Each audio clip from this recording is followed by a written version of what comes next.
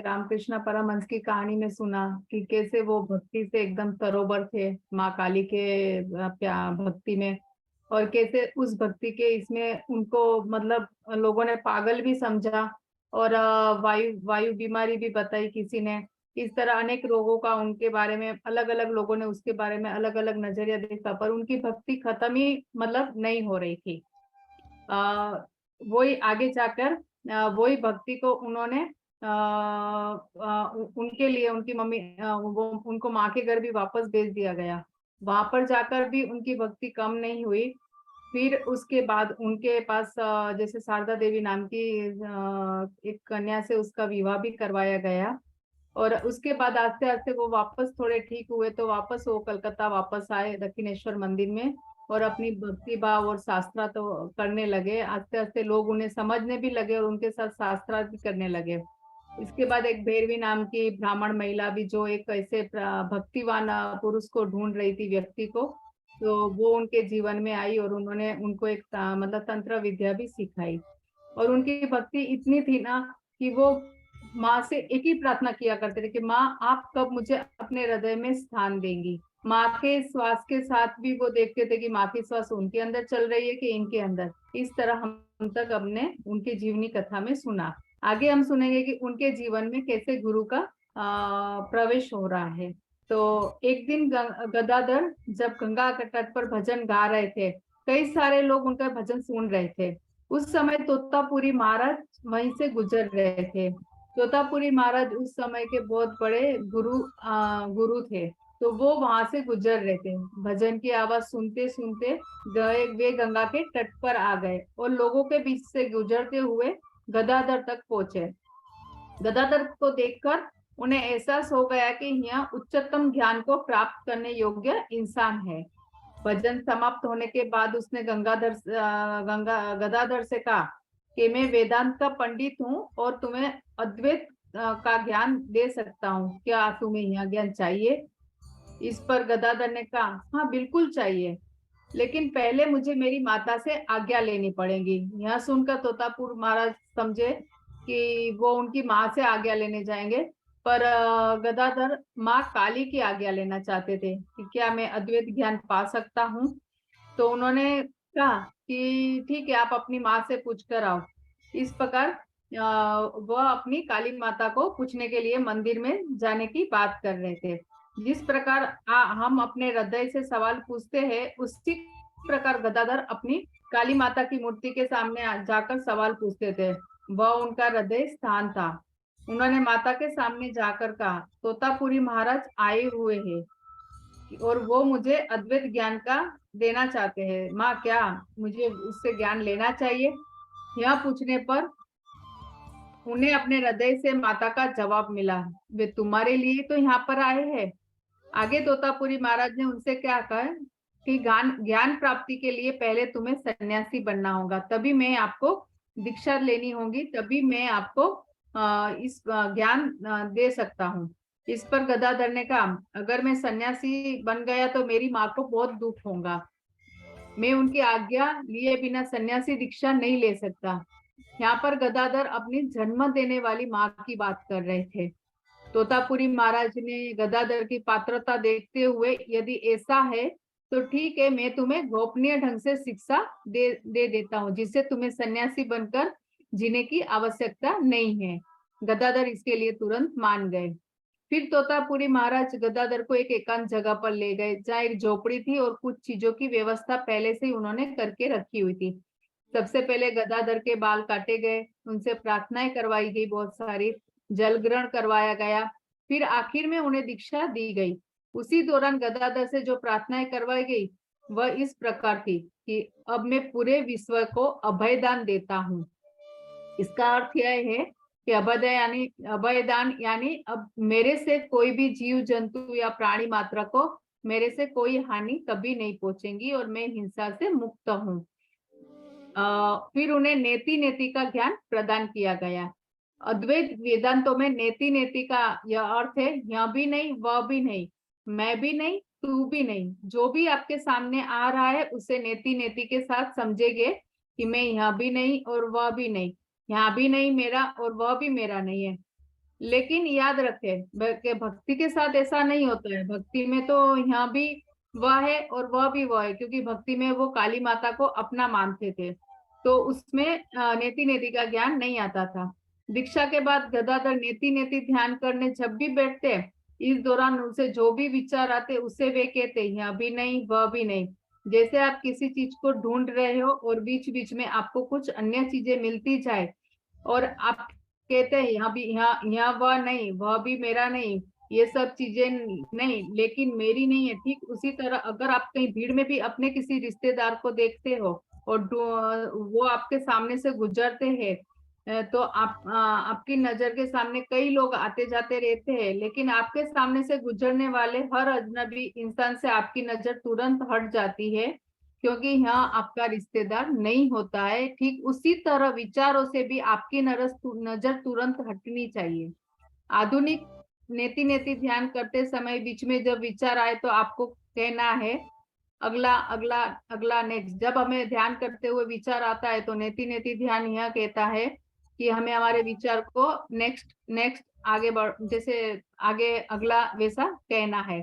ऐसा करने से विचारों को कोई शक्ति नहीं मिल पाएंगी और वे विलीन हो जाएंगे और हम विचारों में अटकेंगे नहीं। नेति नेति ध्यान हमें ये सिखाता है कि विचार को हम कैसे अटका सकते हैं। गदाधर उस समय ऐसा ही ध्यान कर रहे थे, मगर उनसे वैसा ध्यान नहीं हो पा रहा था, क्योंकि जैसे तोतापुरी महाराज चाहते थे। तोतापुरी महाराज ने पूछा क्या बात है, ऐसी कौन सी विडंबना है कि, और ऐसी कौन सी दिक्कत आ रही है जो ध्यान ठीक से नहीं हो पा रहा है। तब उन्होंने बताया ध्यान करते वक्त बीच में माता का चित्र सामने आ जाता है, फिर मुझसे नेति नेति ध्यान हो ही नहीं पाता और अंदर से यह विचार नहीं निकल पाता कि यह भी नहीं वह भी नहीं, क्योंकि माता को देखकर मैं उन्हीं में खो जाता हूँ।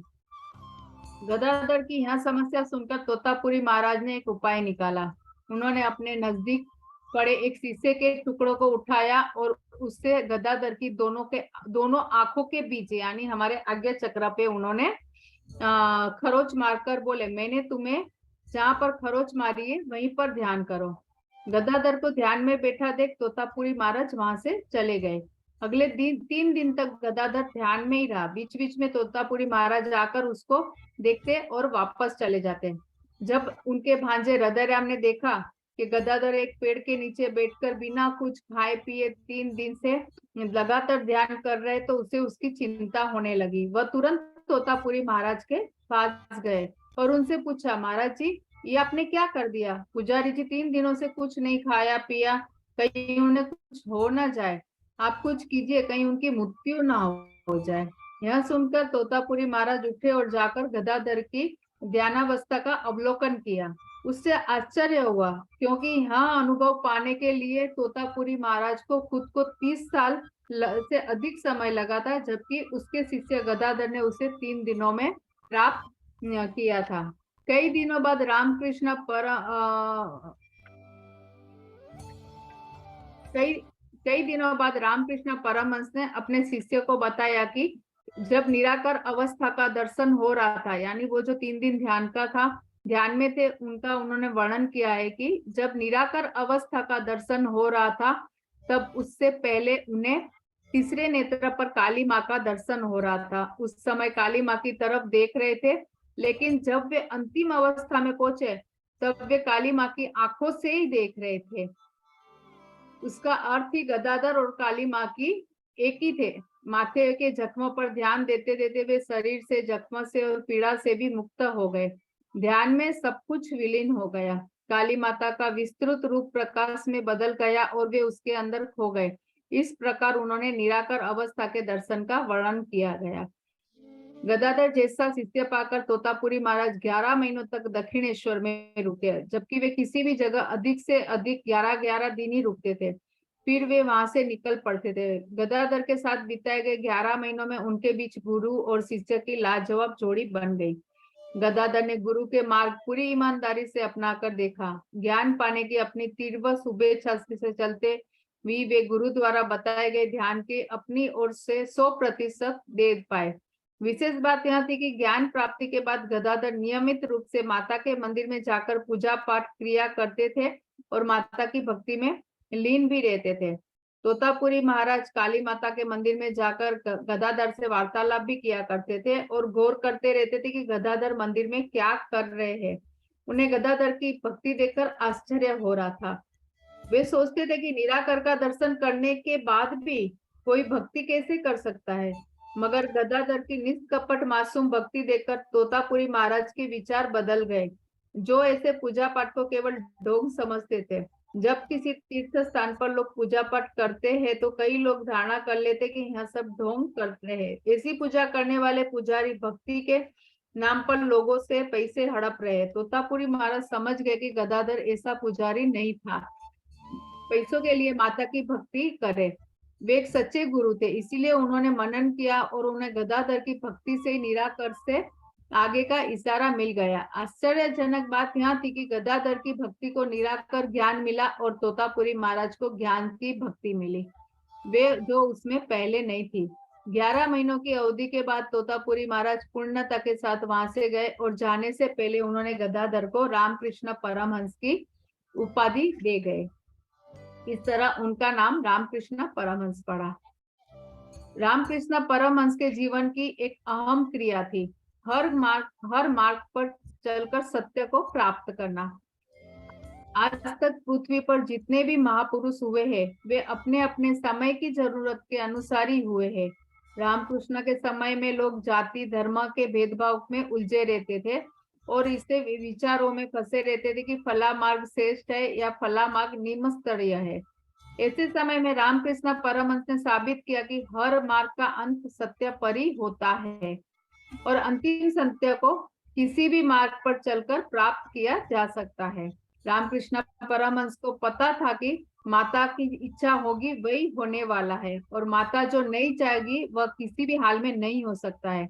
उस समय जो लोग उनके पास आते थे वे आम तौर पर यह मानते थे कि मैं बहुत मेहनत करता हूँ, इसीलिए मेरे सारे काम पूरे हो जाते हैं। इस पर रामकृष्ण कहते थे, अगर ईश्वर नहीं चाहता तो तुम्हारे द्वारा भला काम हो और फिर भी तुम उस काम को करना चाहते हो तो क्या ऐसे में तुम वह काम पूरा कर पाओगे? ये सुनकर लोग निरुत्तर हो जाते थे और उन्हें समझ में आता था कि हमारी सोच गलत थी कितनी। रामकृष्ण परमहंस जहाँ भी जाते वहां कभी किसी को देखकर कहते कि इस इंसान के अंदर कुछ अलौकिक है। अन्य समूहों के अलावा वे ब्रह्म समाज में भी जाते थे। वहां जो लोग भाषण देते थे उनसे वे पूछते कि ईश्वर के बारे में आपका अनुभव क्या है, आपको ईश्वर का दर्शन कैसे हुआ, इस तरह के सवाल हर किसी से पूछते थे वो।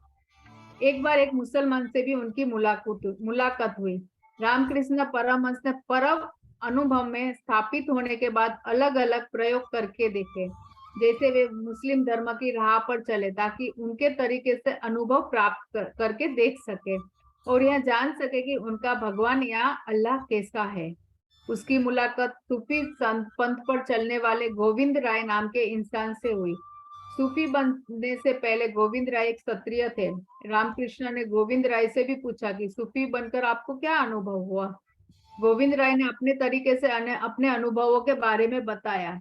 हम फला तरीके से प्रार्थना करते हैं, फला किस्म के वस्त्र पहनते हैं, फला टोपी पहनते हैं, गोल गोल घूमते हैं वगैरह।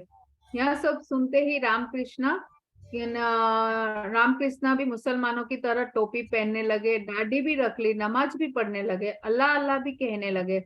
उस समय काली का नाम भी उनकी जुबान पर नहीं आता था। मंदिर के काफी सारे लोग आने लगे थे। उनमें से जो लोग रामकृष्ण के मुख से अल्लाह का नाम सुन लेते वे हैरान रह जाते थे और फिर इस बारे में आपस में तरह तरह की बातें किया करते थे। यह सब देखकर हृदय राम को चिंता होने लगी कि अगर रामकृष्ण ही अल्लाह का नाम लेंगे तो लोग उन्हें पागल समझेंगे। यह देखकर अक्षय ने हृदय राम को समझाते हुए कहा, चिंता मत करो, जिस तरह तुम काली के नाम का जप करते हो वैसे ही रामकृष्ण अल्लाह के नाम का जप करते हैं, इसीलिए परेशान मत हो, बस यहाँ देखते रहो कि आगे होता क्या है। दरअसल श्री रामकृष्ण अगले कुछ समय तक अल्लाह अल्लाह कहते हुए उसी भावावस्था में रहना चाहते थे। कुछ दिनों बाद उन्होंने हृदय राम से कहा कि मुझे मांस खाना है। यह सुनकर हृदय राम को तो सिर ही घूम गया। उसे लगा कि एक ब्राह्मण परिवार में पैदा हुआ इंसान मुसलमानों की तरह मांस क्यों खाना चाहते हैं, जबकि श्री रामकृष्ण मांस खाकर यह देखना चाहते थे कि क्या इससे जीवन में कोई परिवर्तन होता है। यह सबके लिए वह यह सब इसलिए कर रहे थे क्योंकि वे हर मार्ग की तरह इस मार्ग को भी एक बार पूर्ण तरीके से अपनाकर देखना चाहते थे। वे सफल भी हुए, फिर वापस माता की भक्ति में लग गए। वैसे ही एक दिन श्री रामकृष्ण की मुलाकात मलिक नाम के एक इंसान से हुई जो ईसाई धर्म को मानता था। उसके घर में उन्होंने जीसस के चित्र को देखा और ऐसा चित्र देखा जिसमें एक बच्चा अपनी माँ की गोद में था। यह चित्र देखते ही रामकृष्ण भाव समाधि में चले गए। समाधि के बाद उन्होंने जीसस को जानने की इच्छा प्रकट हुई। यह सुनकर मलिक ने कहा, जीसस को जानने के लिए आपको बाइबल पढ़नी होगी। बाइबल के रामकृष्ण ने कहा, मैं तो अनपढ़ हूँ, आप ही मुझे एक एक करके बाइबल के सारे अध्याय सुना दिया करे। इसके बाद वे प्रतिदिन मलिक के घर पर बाइबल के श्रवण के लिए जाने लगे और तब तक ऐसा करते रहे जब तक उन्होंने जीसस की चेतना महसूस नहीं होने लगी। अगर आप किसी चेतना के, जैसे उन्होंने जीसस और अल्लाह की चेतना के साथ, मतलब उन्होंने ये दोनों धर्म को जानने के लिए उस धर्म में गए, उसी तरह हम किसी चेतना को अगर समझना चाहते हैं तो हमें उस चेतना में प्रवेश करना होगा, तभी हम उससे जान सकते हैं। एक बालक के रूप में रामकृष्ण ने भी राम की भक्ति की थी। उस वक्त कुछ ऐसे लोग भी थे जो राम के बालक रूप में ईश्वर मानकर उसकी आराधना किया करते थे। इसे वे रामलला कहते थे। जब रामकृष्ण को पता चला कि रामलला की सेवा करने से उसकी भक्ति और जागृत होगी तो उन्होंने वह भी करके देखा। एक बार इस बारे में अपना अनुभव बताते हुए उन्होंने कहा कि मुझे सीता मैया के दर्शन भी हुए हैं। एक बार उन्होंने स्त्री बनकर भी भक्ति की। वहीं दूसरी ओर बंगाल में एक ऐसा संप्रदाय है, ये बंगाल का एक संप्रदाय है जिसमें लोग स्वयं को स्त्री मानते हैं, चाहे पुरुष हो चाहे स्त्री, वो स्त्री मानते हैं। वहाँ पुरुष भी स्त्री बनकर कृष्ण की प्रेमिका के रूप में रहते हैं। रामकृष्ण परमहंस ने इस संप्रदाय का भी अनुकरण किया और महिलाओं के कपड़े पहनकर स्त्री का रूप भी धारण कर लिया। यहाँ महत्वपूर्ण बात यह है कि जब इंसान को असली बात समझ में आ जाती है कि वह किसी भी मार्ग पर चले, उसे एक ही अनुभव प्राप्त होता है, ध्यान मार्ग हो या जप मार्ग हो, फिर ईसाइयों की प्रार्थना मार्ग हो, हम सब हमें परम अनुभव की ओर ले जाते हैं। हर धर्म के मार्ग पर चलते हुए रामकृष्ण परमहंस ने इनकी साधनाएं की। अब सत्य की यात्रा में किसी भी मार्ग का प्रयोग करें, हमें भी वही परम अनुभव प्राप्त होता है। एक बार जब इंसान को यह बात समझ में आ जाती है, फिर उसके रास्ते की सारी बाधाएं समाप्त हो जाती है। उन्होंने सत्य की ओर ले जाने वाले हर मार्ग पर संयम चलकर देखा। हालांकि स्व अनुभव प्राप्त करने के बाद उन्हें यह सब करने की आवश्यकता नहीं थी, लेकिन जिस तरह स्व अनुभव पा चुके महापुरुष अलग अलग अभिव्यक्ति को अलग अलग कार्य करते हैं, वैसे ही रामकृष्ण परमहंस भी अभिव्यक्ति कर रहे थे। लेकिन सामान्य आम लोग ऐसी बातों को भी समझ नहीं पाते। इसीलिए रामकृष्ण परमहंस को वास्तव में कैसा अनुभव हुआ, ये बातें कहीं भी दर्ज नहीं हुई। लोगों को बाहर से जितना दिखाई देता है बस उतनी बातें ही दर्ज हो पाती है। जैसे यह बात कि रामकृष्ण परमहंस ने स्त्रियों के कपड़े पहनकर स्त्री बनकर रहना शुरू कर दिया था, जबकि उसके लिए तो केवल यहाँ एक अभिव्यक्ति थी। उन्होंने जो अनुभव पाना था वह तो उन्हें पहले ही मिल चुका था, लेकिन हर प्रकार के कर्म कांड करके देखा, क्योंकि वे यह सुनिश्चित करना चाहते थे कि जो भी चीजें जान चुके हैं उसे वे हर मार्ग में पा सकते हैं कि नहीं। रामकृष्ण परमहंस को यह विश्वास हो गया था कि स्व अनुभव प्राप्त करने के बाद कभी भूला नहीं जा सकता। सारे धर्म या सारे मार्ग एक दूसरे से चाहे कितने भी अलग हो, लेकिन अनुभव तो सबका एक ही है। हर धर्म अपनाकर हर मार्ग पर चलकर एक ही अनुभव प्राप्त होता है।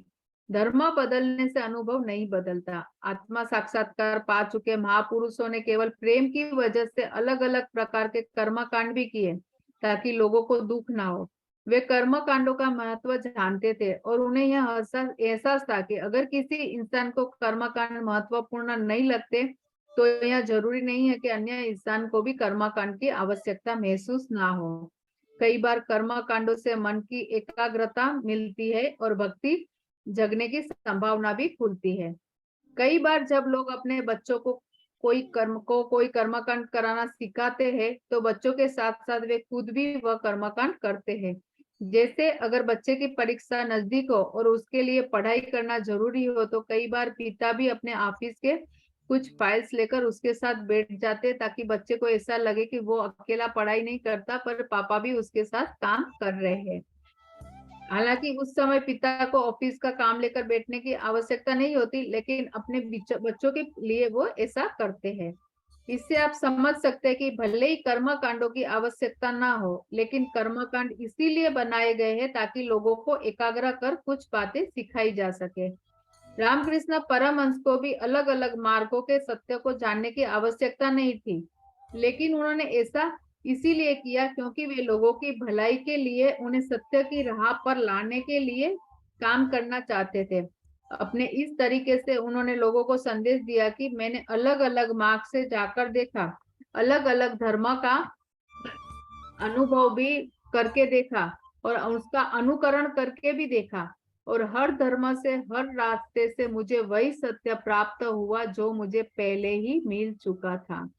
इसीलिए धर्मों में भेद करना छोड़ दो। लोगों को यह जानकर खुशी मिलती है कि रामकृष्ण परमहंस ने हर मार्ग का चुनाव किया। इससे प्रेरणा पाकर लोग भी सत्य की राह पर चलना शुरू कर देते हैं।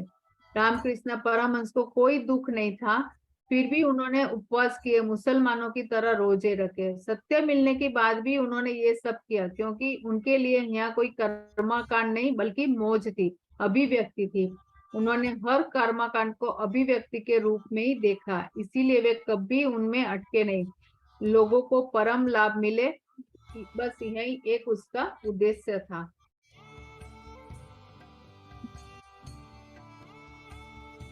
आज का ये रामकृष्ण परमहंस का अध्याय हम यहीं समाप्त करते हैं और आज जैसे पूर्णिमा है, तो आज हम पूर्णिमा का महाध्यान करेंगे। तो ओवर टू विजय सर।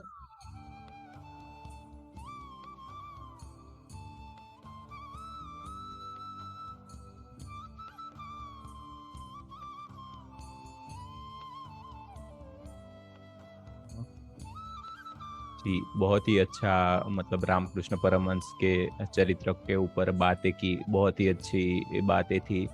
तो अभी हम कंटिन्यूअसली ध्यान करेंगे जिन